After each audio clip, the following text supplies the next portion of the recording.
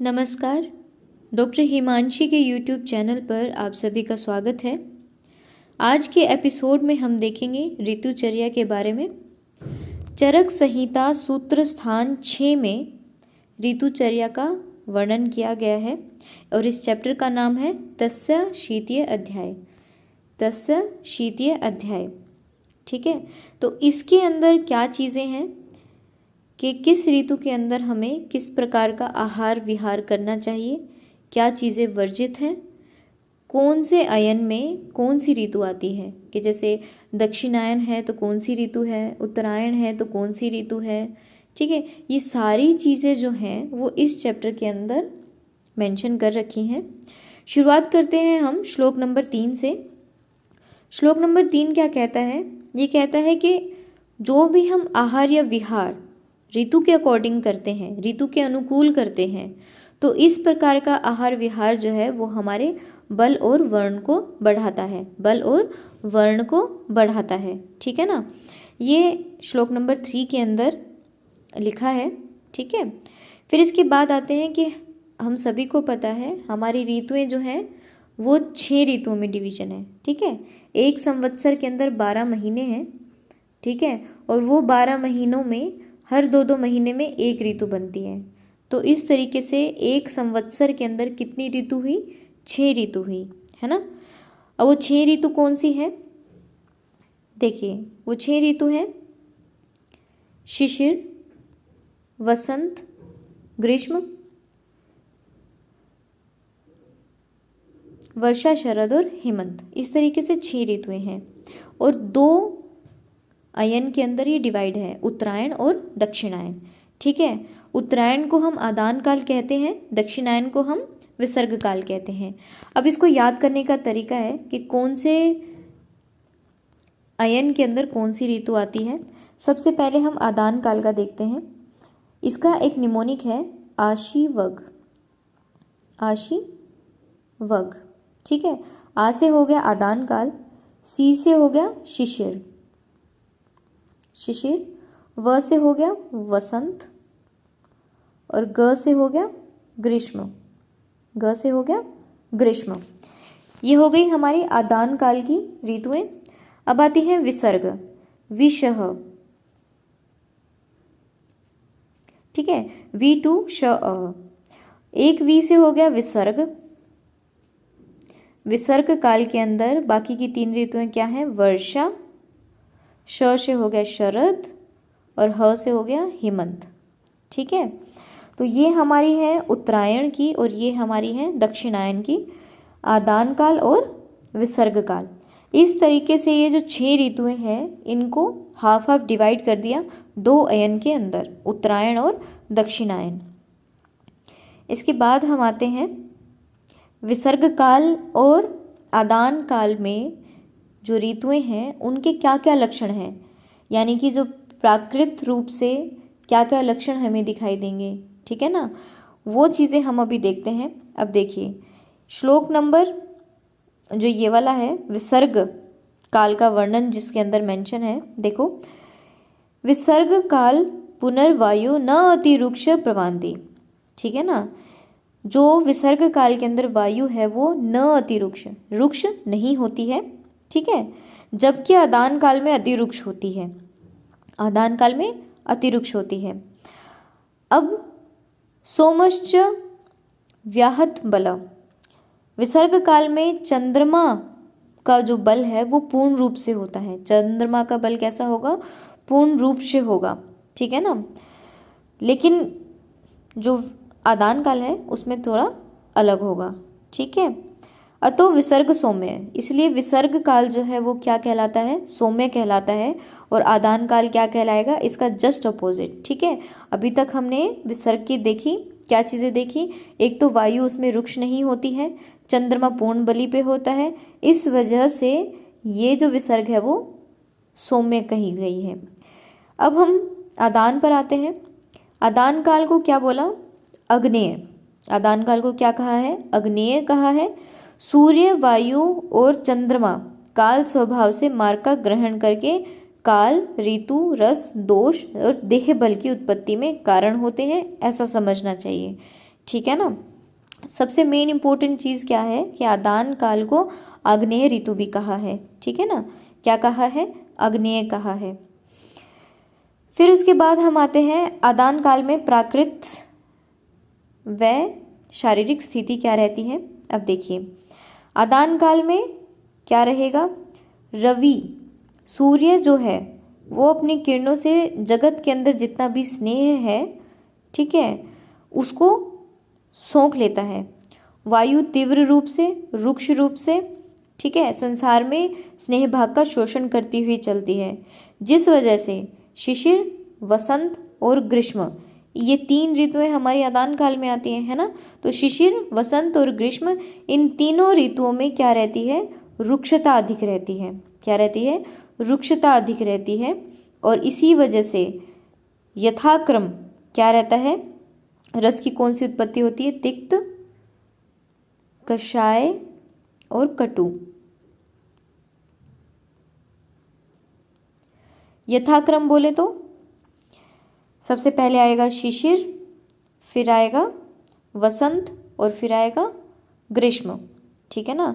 तो शिशिर, वसंत, ग्रीष्म के अंदर रस क्या रहेंगे, तिक्त, कषाय और कटु, ठीक है ना। तिक्त, कषाय, कटु ये क्रमशः रस की उत्पत्ति हो गई। ये हो गया हमारा आदान काल में प्राकृत और शारीरिक स्थिति है।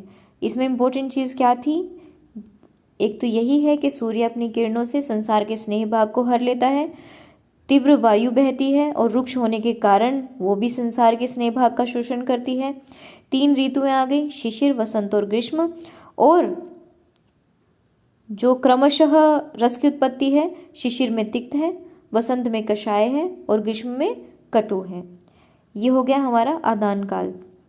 अब सेम आता है विसर्ग काल के लिए कि विसर्ग काल में प्राकृतिक और शारीरिक स्थिति किस प्रकार की रहेगी और कौन कौन से रस की उत्पत्ति है, ठीक है। जो आदान काल में था उसका जस्ट अपोजिट होगा विसर्ग में, ठीक है। अब ऋतुओं का क्या डिवीजन किया कि वर्षा, शरद और हेमंत, विषह बोला था ना, V2 श, ठीक है ना। वर्षा, शरद और हेमंत, इन ऋतुओं में सूर्य जो है वो दक्षिण दिशा की ओर रहता है ना। तो दक्षिण दिशा की ओर रहेगा तो आग्नेय नहीं होगा वो, ठीक है, आदान काल का जस्ट अपोजिट जाएगा।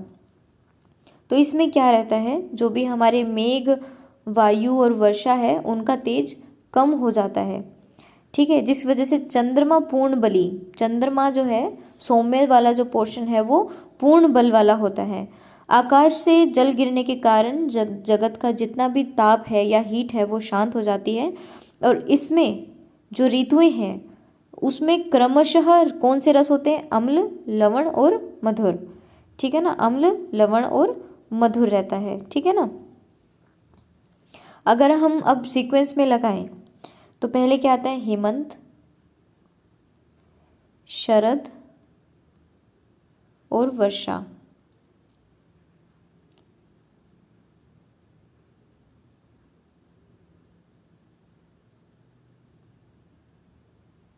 वर्षा में आ गया अम्ल, शरद में आ गया लवण और हेमंत में आ गया मधुर। इस तरीके से रस की उत्पत्ति होती है। अब हम चलते हैं विसर्ग काल से आगे, ठीक है, ठीक है। एक डिफरेंस है आदान काल और विसर्ग काल में, फटाफट से हम इसको रिवाइज कर लेते हैं। इसमें जो 3 ऋतुएं आती हैं वो कौन सी हैं, शिशिर, वसंत और ग्रीष्म है।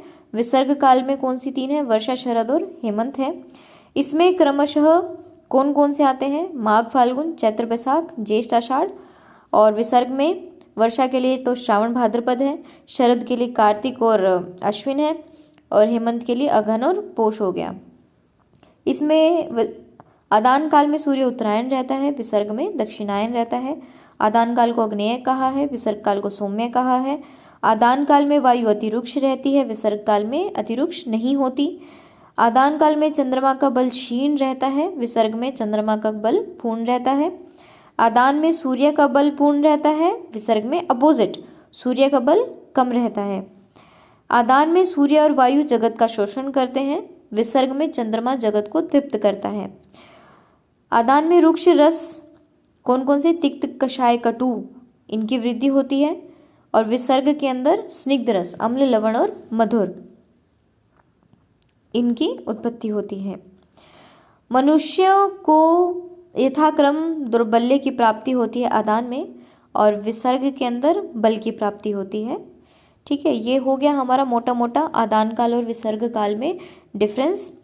अब इससे आगे हम चलते हैं बल के बारे में। ठीक है, पहले ये श्लोक देखते हैं, उसके बाद एक फ्लो चार्ट है जो आपको बहुत इजीली समझा देगा कि कौन कौन सी ऋतु में बल क्षीण रहता है, कौन कौन सी ऋतु में बल पूर्ण रूप से रहता है। सबसे पहले हम ये श्लोक देखते हैं। आदावन्ते च दुर्बल्यम विसर्गादानयोर नृणाम मध्ये मध्य बलम त्व अन्ते शिष्टम अग्रे च निर्दिशेत। ठीक है, अब देखो विसर्ग काल का जो आरंभ है और आदान काल का जो अंत है, इसमें मनुष्यों का बल कम रहता है। विसर्ग काल और आदान काल का मध्य वाला जो पोर्शन है उसके अंदर बल मध्य रहेगा। विसर्ग का अंत और आदान का प्रारंभ जो है उसमें बल उत्तम रहेगा। ठीक है, थोड़ा कन्फ्यूजन लग रहा है ना। हम इसको देखते हैं अब एक फ्लो चार्ट से। हमने ये डिवीजन कर लिया संवत्सर का, दो ऋतुओं में आदान काल और विसर्ग काल। ठीक है, आदान काल और विसर्ग काल। आदान काल में तीन ऋतुएं कौन सी है? शरद, वसंत, ग्रीष्म, आशीवग। विसर्ग में कौन सी है? विषह, वर्षा, शरद और हेमंत। ठीक है, अब हम चलते हैं श्लोक के अकॉर्डिंग। श्लोक में बोला था कि जो आदान काल का अंत है और विसर्ग का प्रारंभ है वहां पर मनुष्य का बल दुर्बल रहता है। तो आदान काल का अंत कौन सा है? ग्रीष्म। विसर्ग का प्रारंभ कौन सा है? वर्षा। इन दो ऋतुओं के अंदर जो मनुष्यों का बल है वो कैसा रहेगा? दुर्बल रहेगा। मनुष्य कैसा रहेगा? दुर्बल रहेगा मनुष्य। ठीक है, अब इसके बाद हम आते हैं कि जो आदान काल का मध्यम वाला है और विसर्ग काल का मध्यम है, यानी कि शरद और वसंत, इनके अंदर जो मनुष्य का बल है वो भी मध्य बल ही रहेगा। ये देखो मध्य बल है। ठीक है, फिर क्या कहा था श्लोक के अंदर कि आदान काल का जो स्टार्टिंग है और विसर्ग काल का जो अंत है, ठीक है, इसके अंदर जो मनुष्य का बल है वो श्रेष्ठ बल रहता है। कैसा रहता है? श्रेष्ठ बल रहता है। ठीक है, तो अगर आप ये वाला फ्लो चार्ट बना के और फिर आप ये याद करोगे कि कौन सी ऋतु के अंदर मनुष्य का बल कम रहता है, किस ऋतु में मध्यम बल रहता है, किस ऋतु में श्रेष्ठ बल रहता है, तो बहुत इजीली याद हो जाएगा। ठीक है, तो आपको ये चीज़ ध्यान रखनी है। ठीक है, दो में डिवाइड करना है, आदान और विसर्ग। फिर आदान की ऋतु सीक्वेंस में लिख लो, आशीवक बोला ना, शिशिर, वसंत और ग्रीष्म। विसर्ग की तीन सीक्वेंस में लिख लो, विषह, वर्षा, शरद, हेमंत। और फिर आदान की एंडिंग और विसर्ग की स्टार्टिंग दुर्बलता। आदान का मध्य है और विसर्ग का मध्य मध्य बल। आदान की स्टार्टिंग और विसर्ग की एंडिंग श्रेष्ठ बल। ठीक है, इस तरीके से हम ये याद कर लेंगे। ये हो गया हमारा इस चैप्टर का इंट्रोडक्शन। अब इससे आगे शुरू हो जाती है हमारी षड ऋतुएं। ये हम नेक्स्ट एपिसोड में देखेंगे। तो आपको यहाँ तक का कंप्लीट रिवाइज करके आना है। Thanks for watching.